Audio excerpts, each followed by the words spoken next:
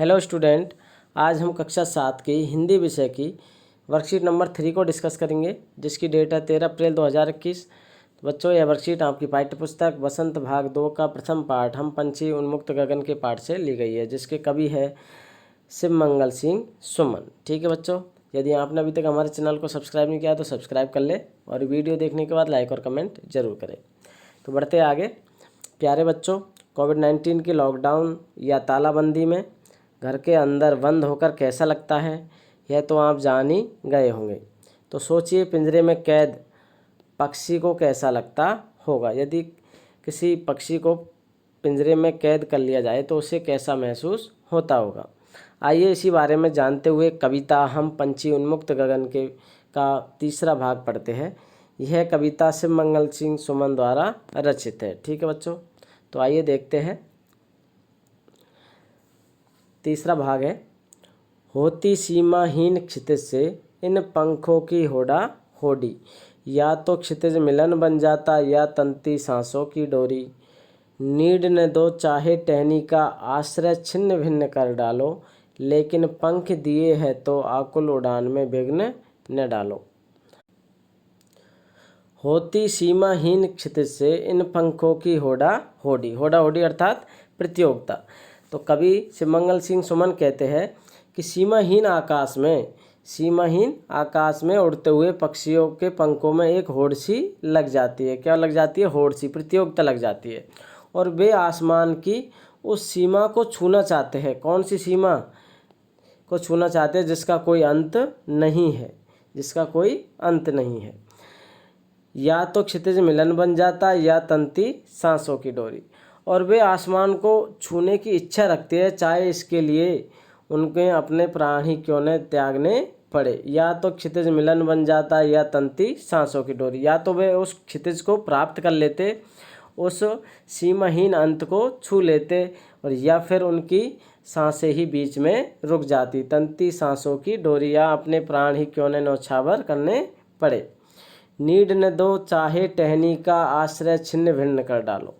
और पक्षी कहते हैं कि चाहे उन्हें घोंसला बनाने के लिए पेड़ की डाली न दो। नीड न दो चाहे टहनी का, नीड यानी होता है बच्चों घोंसला। ठीक है, तो पक्षी कहते हैं कि चाहे उन्हें घोंसला बनाने के लिए पेड़ की डाली न दो, आश्रय छिन्न भिन्न कर डालो। और जो आश्रय है उनका, जो रहने का स्थान है, चाहे उस स्थान को भी छिन्न भिन्न कर डालो, तोड़ डालो, उसे वहाँ से हटा दो। लेकिन पंख दिए है तो आकुल उड़ान में विघ्न न डालो। लेकिन हमें ईश्वर ने, ऊपर वाले ने यदि पंख दिए हैं तो जो हमारी उड़ान है उसमें किसी भी तरह की बाधा मत पहुंचाओ। इस प्रकार से पक्षी कहते हैं। ठीक है बच्चों, तो ये पद्यांश का अर्थ आपको समझ में आ गया होगा। अब आप नीचे दिए गए प्रश्नों को हल करेंगे। ठीक है, तो पहला प्रश्न है, पक्षी उन्मुक्त रहकर अपनी कौन कौन सी इच्छाएं पूरी करना चाहते हैं। तो अभी हमने पिछले 2 पद्यांशों में तीसरा पद्यांश पढ़ा है बच्चों, तो उनमें से देखकर आपको लिखना है कि पक्षी उन्मुक्त रहकर अपनी कौन कौन सी इच्छाएं पूरी करना चाहते हैं। तो आंसर होगा बच्चों, उत्तर इस प्रकार है बच्चों।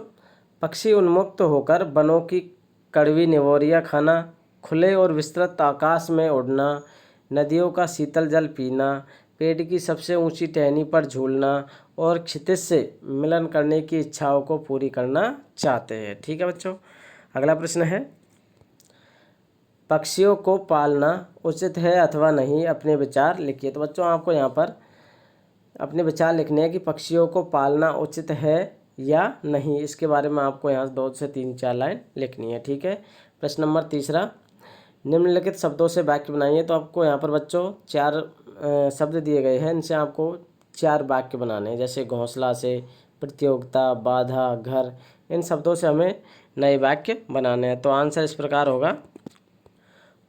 इससे इस प्रकार करेंगे बच्चों, जैसे कि घोंसला शब्द है तो हम यहाँ पर वाक्य बनाएंगे, मैंने एक चिड़िया को घोंसला बनाते देखा। ठीक है बच्चों, आप और भी कोई दूसरा वाक्य बना सकते हो। प्रतियोगिता शब्द से बनाएंगे, हमारे स्कूल में दौड़ प्रतियोगिता हुई। बाधा शब्द से बनाएंगे नया वाक्य कि रोजाना कोई ना कोई बाधा ज़रूर आ जाती है। घर, मैं आज घर पर पढ़ाई करूँगा। इस प्रकार इन चारों शब्दों से नए वाक्य बनाने हैं। इनके अलावा भी कोई नए वाक्य आप बना सकते हो। ठीक है बच्चों, आगे बढ़ते हैं। चौथा प्रश्न है बच्चों, क्या आपने या आपकी जानकारी में किसी ने कोई पक्षी पाला है, उसकी देखरेख किस प्रकार की जाती होगी, लिखिए। तो आपको यहाँ पर बच्चों आपके आसपास आपने देखा होगा पक्षियों को लोग पालते हैं, तो उसकी देखरेख किस प्रकार की जाती है उसके बारे में आपको यहाँ पर 3 से 4 लाइन लिखनी है। ठीक है बच्चों। और कोविड के संदर्भ में आपको कोविड के विरुद्ध लड़ाई में सुरक्षित रहने के लिए मास्क अवश्य पहनना है। ठीक है बच्चों, तो आज की वर्कशीट में इतना ही। Thank you for watching.